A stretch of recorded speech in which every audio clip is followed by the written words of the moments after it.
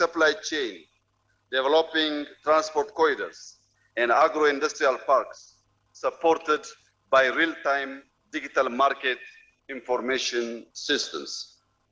Our livestock systems are evolving, and our indigenous food traditions are being renewed. This preserves our culture while also improving health. We are closing micronutrient gaps through industrial and biofortification, ensuring the essential nutrition reaches every household. We are promoting nutrition literacy by empowering women as a community leader and change makers. With national dietary guidelines now in place, every Ethiopian has access to clear, culturally grounded guidance for lifelong health. And because a resilient food system needs energy, skills, and equity, we are investing in solar irrigation, cold storage, rural electrification, and training, building a generation ready to lead Ethiopia's food journey into the future. Central to our approach is social protection. Our homegrown school feeding programs, digital food vouchers, and nutrition safety net focus on pregnant women, young children, and food insecure families. Lifelong well-being. We are rolling out new dietary guidelines and nutrition literacy campaigns that support health from infancy through adolescence and into adulthood. Excellencies, ladies and gentlemen, despite progress, the African continent faces mounting challenges. Yet Africa can feed itself and help feed the world. But this requires, first, development financing. Africa needs predictable concessional finance to invest in agriculture, rural transformation, infrastructure, and nutrition. Climate finance must be aligned with food systems because hunger and environmental degradation are deeply linked. Second, fair access to technology. We need climate-smart tools, biotechnologies, and digital agriculture tailored to our contexts. Technologies must be affordable and not locked behind high walls. This is a win-win for all. Third, climate finance integrated into development. Africa contributes least to climate change, but suffers most. Support from sustainable agriculture and land use must be scaled up, not as aid, but as a shared investment. We don't have time to wait for the aid. We are eager and we are open. Anyone who wants to invest and to transform this sector with our continent. Beyond finance and technology, we also need fair trade rules that create a level playing field and a strong global partnership that empower local solutions. We must ensure the voice of smallholder farmers who feed over 70% of Africa is heard and supported. Let us work towards a future where no child goes to bed hungry, where rural prosperity is a reality, and where food systems serve both people and planet. Ethiopia remains committed to working with the African Union, our partners, and the United Nations to drive this agenda forward. This Addis Ababa summit must mark the moment we match words with will, pledged with resources, and commitments with the courage to deliver. I thank you.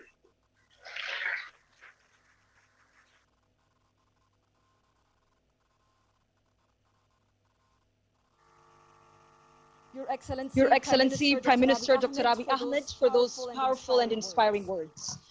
Ladies and gentlemen, we now turn to our esteemed co-hosting nation, the Republic of Italy. It is a great honor to welcome Her Excellency Giorgia Meloni, Prime Minister and President of the Italian Republic.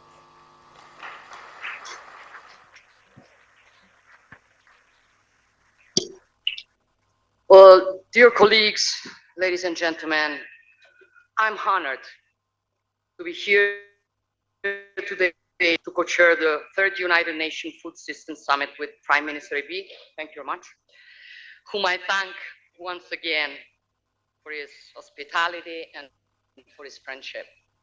This is the first time that this summit is being held in Africa.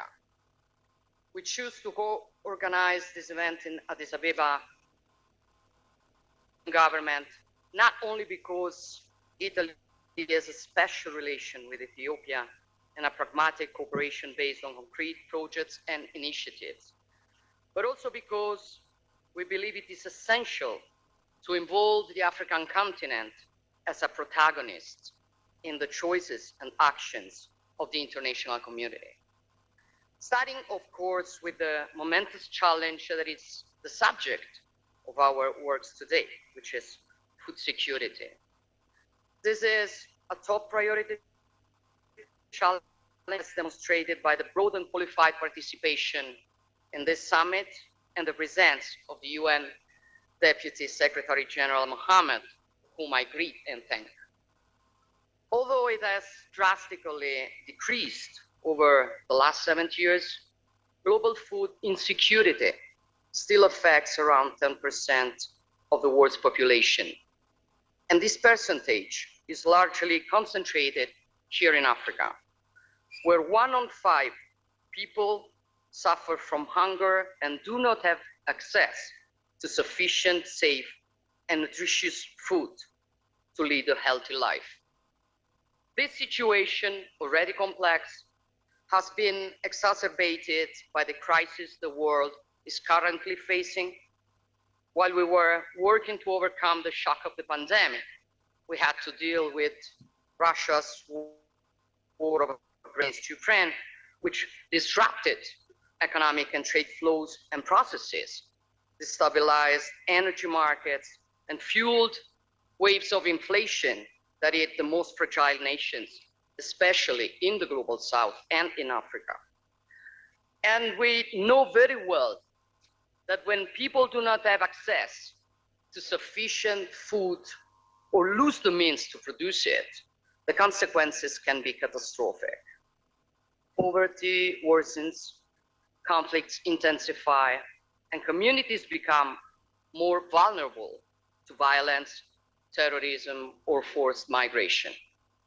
Food insecurity is therefore, in its every aspect, a political issue, but not only. It is also, and above all, an economic issue. We would be making a serious mistake if we limited ourselves to looking at food systems through the face of poverty, suffering, and hunger. Food systems are an engine of growth and development, both for the most fragile nations and for those that are economically more solid. At the heart of our action, there must therefore be the development for the communities where we choose to focus our efforts on. And it is not enough to help those communities to produce the food needed to feed the population, but it is also necessary for that food to be marketed, to have access to markets with solid and resilient production and distribution chains. This is the only way we can enable a community to prosper with the resources it possesses, generating employment and stable, lasting growth. This is Italy's point of view, and it is the red line that links the initiatives and projects of the Mattei Plan for Africa. Starting, of course, with the agri-food sector, an area which in which Italy can boast unique know-how that combines tradition and innovation.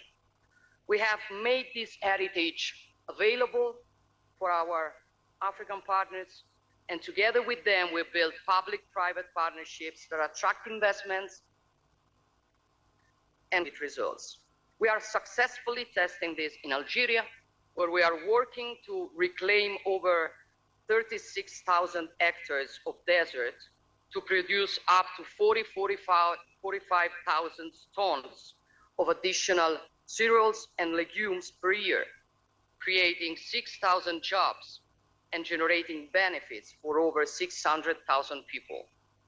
This endeavor is also underway in Senegal, Ghana, and Congo, and aims to soon involve Cote d'Ivoire and President Ruto Kenya. Our blueprint is also working in Tunisia, where we are strengthening capacities and skills for the use of water, a resource around which there will be an increasing geopolitical and sovereignty challenge. But we have chosen to apply this vision to other projects as well, such as the one developed together with the European Gateway, which combines European financial resources and private capital to support the development of coffee production chains in various African nations. And then there is, of course, the centrality of the technical and scientific training, which is crucial to make a difference and must be integrated into a supply chain approach from seed to production to product distribution. In this context, just a few days ago, we signed an agreement for the establishment of agricultural training center in Algeria, which will serve as a reference point for the Sahel and the whole of Africa. Our goal, we have stated this on many occasions, is not to create dependency, but to support self-reliance. This goal also involves what we usually refer to as food sovereignty, the right to shape its own production model based on their identity. Food sovereignty means not going along with the standardization of food production, which lowers quality and concentrates wealth, but instead investing in promoting local, high-quality products. Small and medium-sized farmers and their families are the backbone of agricultural and environmental systems. They are guardians of the land and must be given the means to live with dignity and with a fair recognition of their work. And this is why Italy, with its network of institutions, businesses, and protection consortia, is ready to do its part to promote the export of African geographical indication to European and global markets by building promotion and distribution network. So, dear Deputy Secretary Mohammed, dear Prime Minister Abiy, colleagues, Cicero, one of the most important philosophers of ancient Rome, said that of all the arts from which some profits is gained, none is better than agriculture, none more profitable, none sweeter, none more worthy of a man and of a free man. Thousands of years later, this teaching is still valid and shows us the way forward. Food is a right, a cultural expression, the pillar of a nation's identity and sovereignty. But it is also the first step towards being truly free, independent, and masters of our own destiny. I thank you.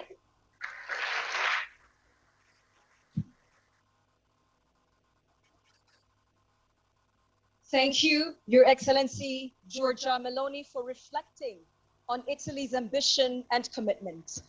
Excellencies, while he cannot be with us today in person, please direct your attention to the screen for a video message from His Excellency Antonio Guterres, Secretary General of the United Nations. Thank you.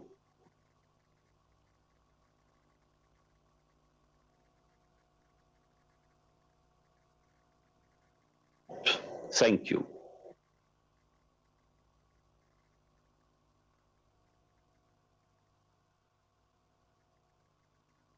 Excellencies, dear friends, I thank the government and people of Ethiopia and the Italian government for co-hosting this important gathering. I regret that circumstances have kept me from joining you in person. 4 years ago, the world came together for the first UN Food System Summit, anchored in the understanding that food systems are about more than food. They're about health, nutrition, climate, decent work, justice, and the right to a better future. Since then, we have seen progress. 2/3 of countries have integrated food systems transformation into national development plans. Over 100 have aligned food strategies with climate and biodiversity goals. 55 countries are advancing efforts with national conveners and strong engagement from businesses, civil society, indigenous peoples, youth, and farmers. The UN system, including through the UN Food Systems Coordination Hub, is their partner every step of the way. Last year's Pact for the Future reaffirmed our shared commitment to food systems that are inclusive, sustainable, equitable, resilient, and rooted in human rights. But progress is not fast or fair enough. Hunger is rising, trade shocks are pushing food prices out of reach. 1/3 of the world's people cannot afford a healthy diet, while 1/3 of the world's food is lost or wasted. The hidden costs of our food systems on health, nature, and human suffering exceed $10 trillion a year. That's more than 3 times the GDP of the African continent. This is not just a crisis of scarcity, it's a crisis of equity and climate. Nearly 40% of the global workforce is linked to food systems, yet many remain trapped in poverty. Climate change is disrupting harvests, supply chains, and humanitarian response. Conflicts continues to drive hunger from Gaza to Sudan and beyond. Hunger feeds further instability and undermines peace. We must never accept hunger as a weapon of war. Dear friends, we know what works. Every dollar invested in nutrition can return up to 3. Sustainable food systems can advance all 17 Sustainable Development Goals, and transformation is underway. Governments are leading the way, integrating food systems into climate strategies, biodiversity frameworks, and national budgets. They're empowering women and youth, scaling up nutritious school meals, and investing in agroecology. Look no further than Ethiopia. Investments, action, and climate-aligned food policy are reducing import dependence and creating jobs. But governments cannot do it alone. The private sector must play a vital role, from innovation and logistics to finance and investments. We need responsible business practices aligned with the public good. We need bold leadership and enforceable guidelines for corporate accountability. We must build on new partnerships like the Global Alliance Against Hunger and Poverty and scale up action across sectors. Looking ahead, I see 3 urgent priorities. Break down silos. Food systems are everyone's business. We need integrated policies and a global framework that connects agriculture to people, their health, climate, trade, and finance.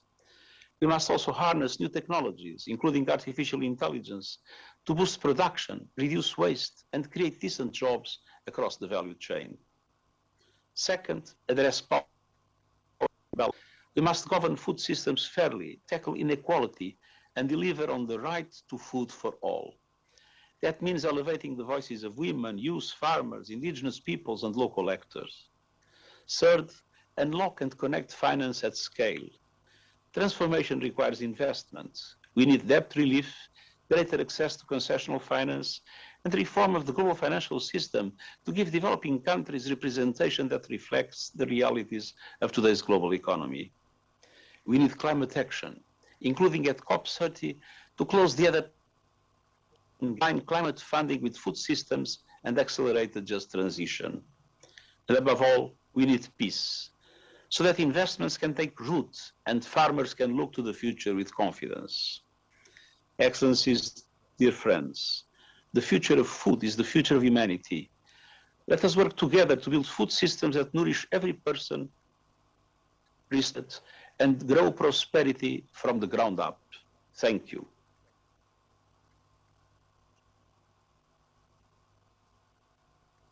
Thank you to His Excellency Secretary General Guterres. Your Excellencies, we now proceed with high-level statements from heads of states, governments, and the African Union. It is an honor to welcome His Excellency Dr. William Samoei Ruto, President of the Republic of Kenya.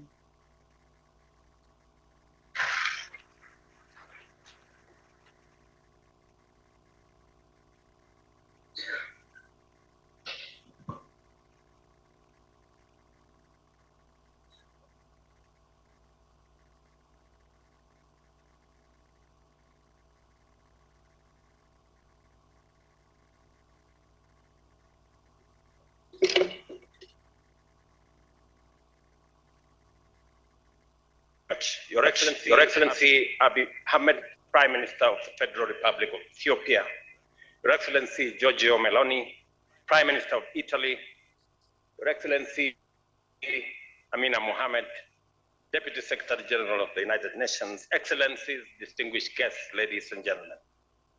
4 years ago, the United Nations convened the inaugural Food Systems Summit to galvanize global transformation in the way we produce, process, distribute, and consume food. The summit aimed bold and transformative actions to reshape global food value chains in support of the Sustainable Development Goals. 2 years later, at our first global stocktake, we renewed our commitment to maintain this momentum. We take stock once more. The picture is mixed. Undeniably, we have made meaningful and significant progress in providing the world with more sufficient, safe, and nutritious food, contributing to reductions in poverty and hunger. The global food system now contributes between 10% and 12% of global GDP, translating to about $8 trillion or $10 trillion annually. This progress has improved livelihoods, created new opportunities, and raised living standards for millions worldwide. However, this encouraging trajectory is not universal. Starvation, malnutrition, and undernutrition remain a harsh daily reality for far too many. At the same time, health challenges such as obesity and diet-related diseases are increasing at an alarming rate, causing illness and hampering socioeconomic development. Environmental pressures, including climate change, water and air pollution, biodiversity loss, and soil degradation are causing productivity losses nearly equivalent to 12% of global GDP. Data further reveals that current food systems account for over a third of greenhouse gas emissions, 80% of biodiversity loss, and significant pollution globally. These issues are worsened by widespread poverty and rapid demographic shifts, conflicts, high costs of nutritious diets, and weak governance structures. Food markets, while a source of hope, are increasingly volatile. Despite positive production forecasts, erratic weather, trade tensions, and supply chain disruptions are driving up food prices. The Food Agricultural Organization's 2024 State of Food Security and Nutrition in the World, SOFI report, affirms these concerns. It points out that to 2030, we are not on track to meet our hunger and nutrition targets. Yet, the report also offers hope that the world can still reverse these trends, but only if we urgently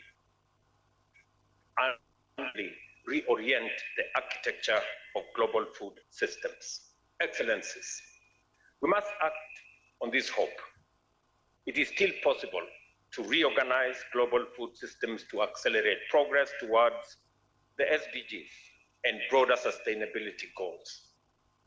This requires coordinated focus on 6 key priority areas.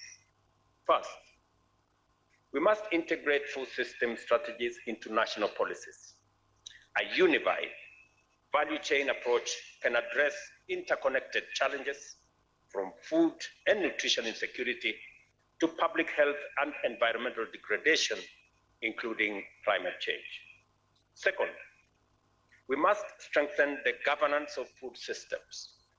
Fragmented global responses are counterproductive, and we need stronger policy coherence, greater transparency and accountability, including evidence-based decision-making and capacity building at all levels.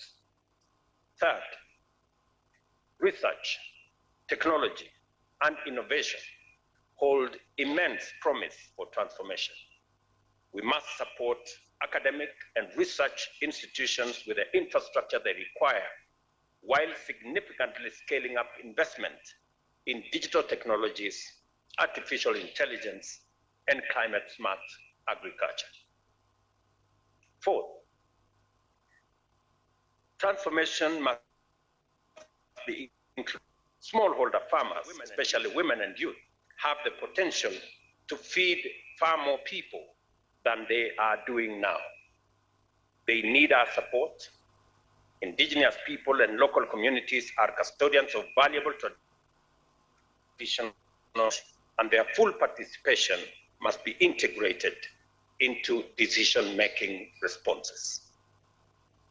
Fifth, the Green Climate Fund estimates that global private sector manages over $210 trillion in climate investments and private equity.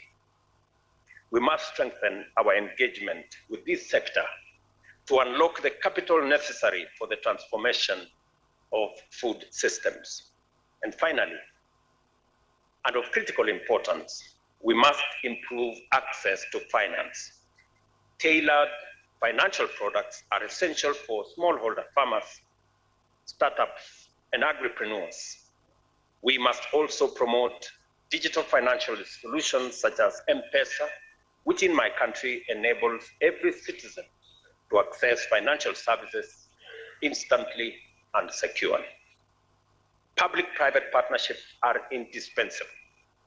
We must deepen collaboration with financial institutions, both public and private, to leverage their power and catalyze investment, scale up solutions, and deliver meaningful change.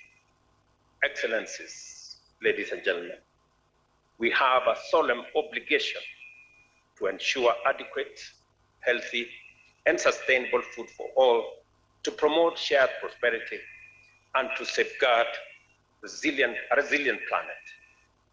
Let us take ambitious, concrete, scalable, and timely actions to align food systems with our commitment to achieving zero hunger by 2030. I reaffirm my steadfast commitment and that of the government of Kenya to work with all stakeholders in realizing this calling. I thank you.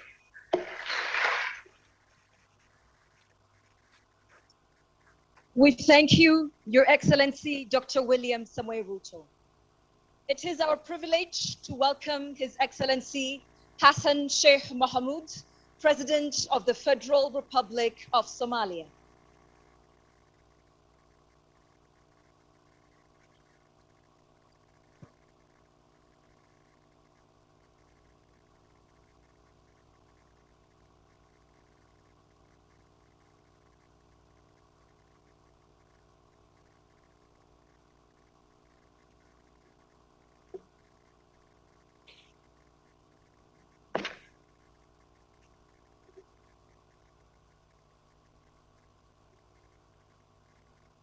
Your Excellency, Dr. Abiy Ahmed, Prime Minister of the Federal Democratic Republic, Your Excellency Giorgia Meloni, the President of Council of Ministers of the Republic of Italy, Her Excellency Mrs. Amina Mohammed, Deputy Secretary General of the United Nations, Your Excellencies, heads of states and governments, ladies and gentlemen, it's a great honor to address this distinguished summit at a time the world stands at a crossroads, facing convergent crises and unprecedented demands on our food systems.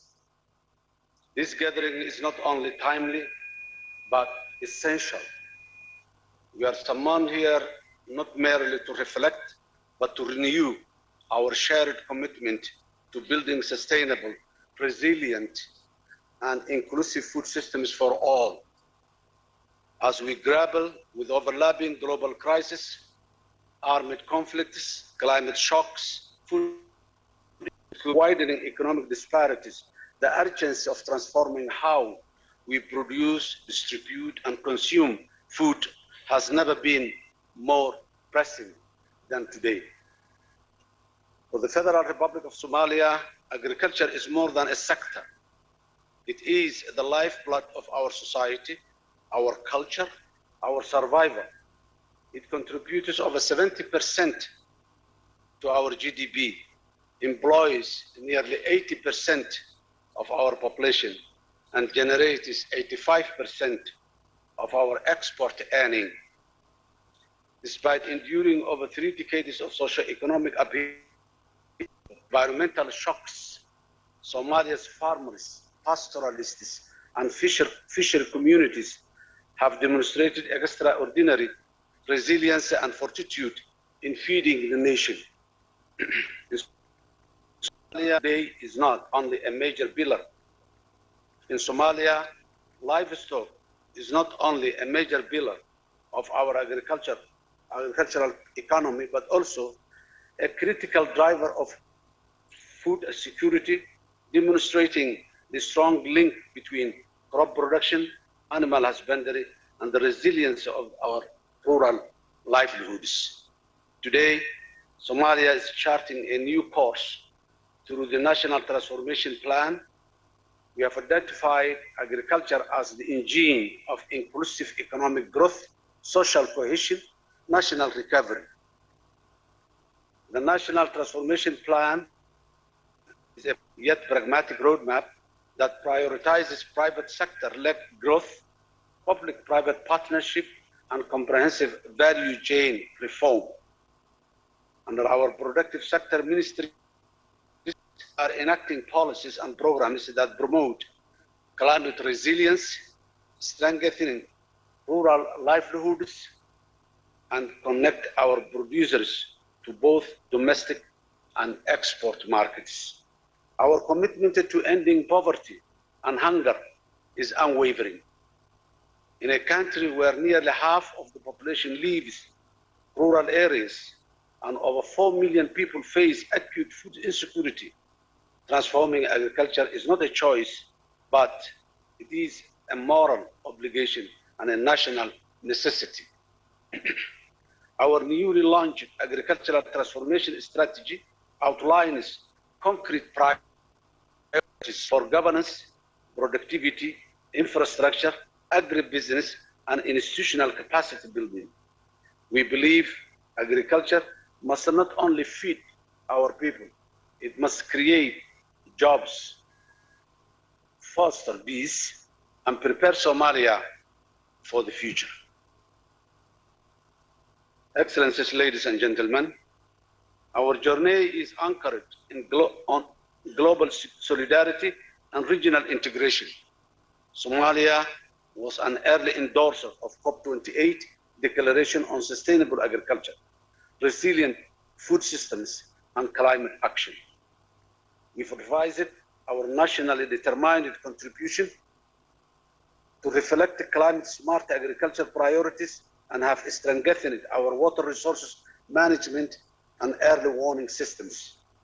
Somalia remains committed to the 2030 Agenda for Sustainable Development, ensuring no one is left behind.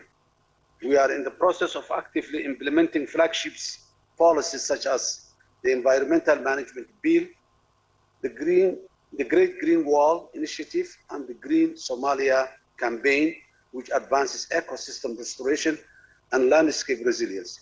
These global frameworks are being localized and operationalized through national task forces dedicated to climate adaptation, sustainable food systems, and rural development all over Somalia. At the regional level, Somalia is enforcing its commitment under the Kampala Declaration of CAADB and the African Climate Summit outcomes. Our accession to the East African community and our observer status at COMESA and CFTA reflected Somalia's clear intent to harmonize agricultural policies, expand intra-African trade, and become an active actor in regional food systems. Institutionally, Somalia is reclaiming its place in the global community with the successful completion of the HEBIC debt relief process. We have regained fiscal space and international credibility to attract long-term investment. My administration remains firmly committed to rebuilding state institutions, decentralizing services, and entrenching inclusive governance. Excellencies, ladies and gentlemen, while our progress is real, our challenges remain formidable. Poverty is still widespread. Food insecurity persists. Climate shocks continue to test our resilience. Like many nations emerging from fragility, Somalia cannot walk, but we therefore call for strengthened international solidarity and equitable access to climate financing, innovation, and technical assistance. Somalia stands ready to partner with the development banks, UN agencies, private investors, and regional institutions to accelerate transformative action in food systems. In particular, we welcome collaboration around digital agriculture, agro-logistics, climate adaptation, and cross-border trade corridors that will unlock new pathways for our farmers and agribusiness. Food systems transformation is not a theoretical ambition. It is a question of justice, of survival, and sovereignty. For Somalia, food security is peace. Cultural transformation nationwide. Every investment in rural livelihoods is an investment in lasting peace, inclusive growth, and national dignity. Let us seize this momentum. Let us seize this moment to move from promises to tangible progress. Somalia stands to contribute, to lead, and to grow together with its region, continent, and the global large. I thank you.